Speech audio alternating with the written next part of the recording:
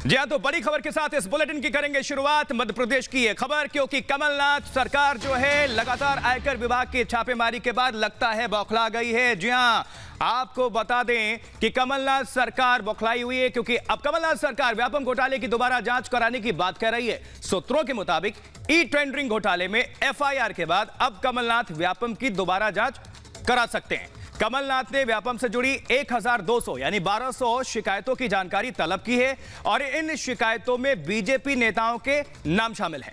तो ये बड़ी खबर, मध्य प्रदेश में आयकर विभाग की लगातार कार्रवाई के बाद कमलनाथ सरकार जो है बैकफुट पर थी, सवालों के घेरे में थी और अब कमलनाथ सरकार ने यह बदला पॉलिटिक्स शुरू किया है। कमलनाथ सरकार व्यापम घोटाले की दोबारा जांच कराने की बात कह रही है। सूत्रों के मुताबिक ई टेंडरिंग घोटाले में एफआईआर के बाद अब कमलनाथ व्यापम की दोबारा जांच करा सकते हैं, उनकी सरकार जांच करा सकती है।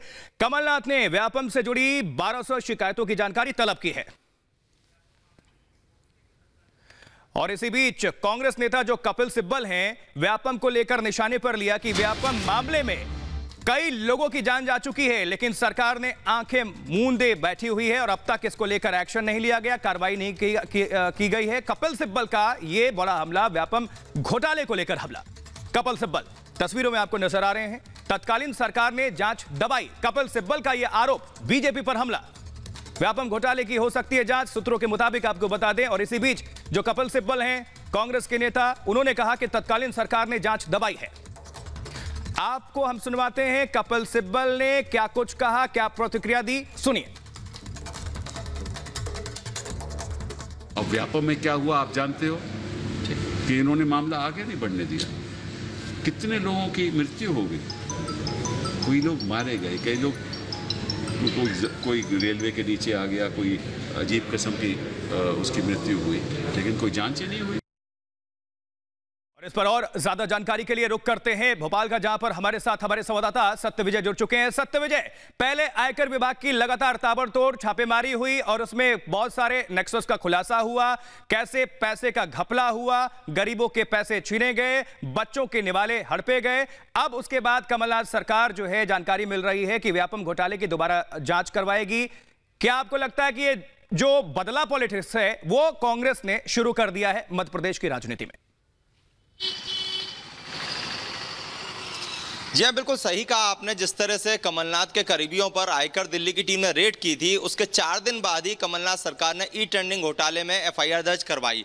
और इसी के साथ साथ अब कमलनाथ, चूंकि उनके करीबियों पर दिल्ली आईटी की टीम ने कार्रवाई की, तो इसके बाद बदलापुर जैसी भूमिका में नजर आ रहे हैं, बदला लेने की भूमिका में नजर आते दिख रहे हैं। इसी के चलते ई टेंडरिंग घोटाले में भी एफआईआर हुई है, जिसमें कि करोड़ों का घोटाला है और इसमें कई राजनेता और ब्यूरोक्रेट्स शामिल हो सकते हैं। इसकी जांच ईओडब्ल्यू ने शुरू भी कर दी है। इसके अलावा हमें ये भी जानकारी हाथ लगी है, और जैसा कि कांग्रेस के बड़े नेता हैं कपिल सिब्बल, उन्होंने भी इशारा कर दिया कि पिछली सरकार में व्यापम घोटाले को दबाया गया। इसी के चलते ये जानकारी सामने आ रही है कि एसटीएफ सुप्रीम कोर्ट जा सकती है, क्योंकि सुप्रीम कोर्ट के निर्देश पर ही व्यापम मामले की जांच सीबीआई को सौंपी गई थी। और सीबीआई ने सिर्फ कुछ ऐसी शिकायतें, करीब जिन मामलों में चालान पेश नहीं हुआ था, वो शिकायतें थी करीब 154, उनकी ही जांच सीबीआई कर रही थी। लेकिन करीब 1200 शिकायतें ऐसी थी एसटीएफ के पास, जो कि अभी भी सिर्फ शिकायतों के तौर पर रखी गई थी, उनमें इन्वेस्टिगेशन नहीं हो रही थी। तो ये जानकारी निकलकर सामने आई है कि एसटीएफ अब सुप्रीम कोर्ट जा सकती है। सत्यविजय, टाइमिंग को लेकर सवाल है, टाइमिंग को लेकर सवाल उठ रहे हैं कि पहले तो कमलनाथ की सरकार ने ऐसा कुछ भी नहीं कहा, जब सत्ता में आई तो व्यापम को लेकर चर्चा भी नहीं की, और अब जो है